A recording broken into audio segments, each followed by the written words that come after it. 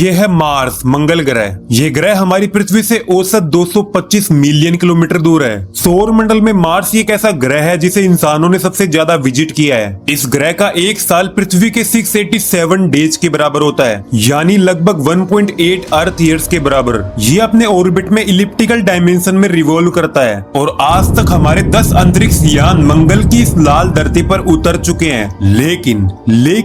लेकिन क्या आपने कभी ये सोचा है कि एक रॉकेट पृथ्वी से मंगल की इस यात्रा को पूरी कैसे करता है? आज के वीडियो में हम इसी बारे में बात करने वाले हैं। इससे पहले वीडियो को एक लाइक जरूर कर दें। एक रॉकेट को आउटर स्पेस की जर्नी शुरू करने से पहले पृथ्वी की ग्रेविटी को भी एस्केप करना पड़ता है, जिसके लिए गुड लॉन्चिंग साइट और एस्केप वेलोसिटी की जरूरत पड़ती है। यूएसए के पास Canaveral space station, Kennedy space centre, Russia के पास कजाकिस्तान का बैकनोर कॉस्मोड्रोम और हमारे इंडिया के पास सतीश धवन स्पेस सेंटर है, जो one of the top launching sites हैं। ऑलमोस्ट ये सभी लॉन्चिंग साइट पृथ्वी के इक्वेटर के पास होती है, क्योंकि पृथ्वी इक्वेटर के पास तेज घूमती है और यही कारण है रॉकेट यहाँ पे ज्यादा जल्दी एक्सेलरेट होती है। रॉकेट की लॉन्चिंग के बाद उसे 28,000 किलोमीटर प्रति घंटा की स्पीड दी जाती है ताकि उसे लो अर्थ ऑर्बिट में प्लेस किया जा सके, जिसके बाद रॉकेट को फुल्ली एस्केप करने के लिए 40,300 किलोमीटर प्रति घंटा की स्पीड दी जाती है। ये स्पीड लगभग 11.2 किलोमीटर पर सेकंड की है, जिसे एस्केप वेलोसिटी भी कहा जाता है। इसी वेलोसिटी से एक रॉकेट पृथ्वी के एटमॉस्फेयर और ग्रेविटी को लीव कर सकता है।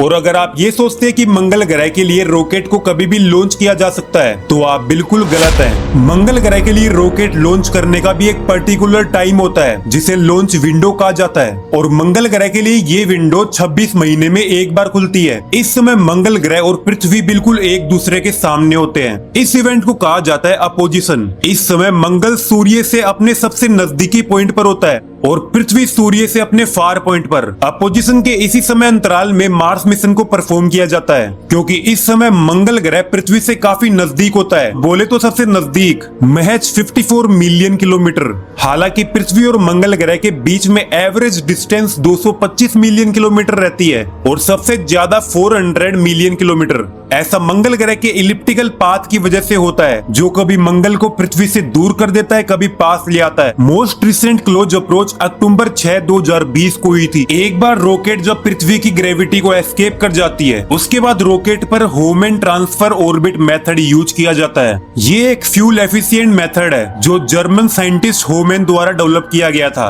होमेन ट्रांसफर ऑर्बिट एक इलिप्टिकल पाथ है। इस मेथड के अनुसार स्पेसक्राफ्ट को ऐसे टाइम पर लॉन्च करना चाहिए जिसके बाद स्पेसक्राफ्ट 180 डिग्री ट्रेवल करके अपने टारगेटेड प्लेनेट के ऑर्बिट में एंटर कर जाए। ये पहले से ही कैलकुलेटेड होता है ताकि मिशन के टाइम पे कोई गलती ना हो, क्योंकि पृथ्वी और मंगल ग्रह दोनों अलग अलग गति से अपने ऑर्बिट में ट्रेवल कर रहे होते हैं। इस मेथड में यान प्लेनेट की वेलोसिटी को भी यूज करता है एज ए सेंट्रीफ्यूगल फोर्स, जिससे फ्यूल की काफी बचत होती है और यान सीधा मंगल ग्रह के ऑर्बिट में एंटर कर जाता है। ऑफ कोर्स ये जर्नी 6 से 9 महीने लंबी होती है। जैसे जैसे स्पेसक्राफ्ट मंगल ग्रह के नजदीक पहुंचता है तो उससे स्लो डाउन किया जाता है और फिर मार्स के ऑर्बिट में एंटर करवा दिया जाता है। मंगल ग्रह के पास भी खुद का एक एटमॉस्फेयर है, लेकिन ये पृथ्वी के मुकाबले काफी कमजोर है।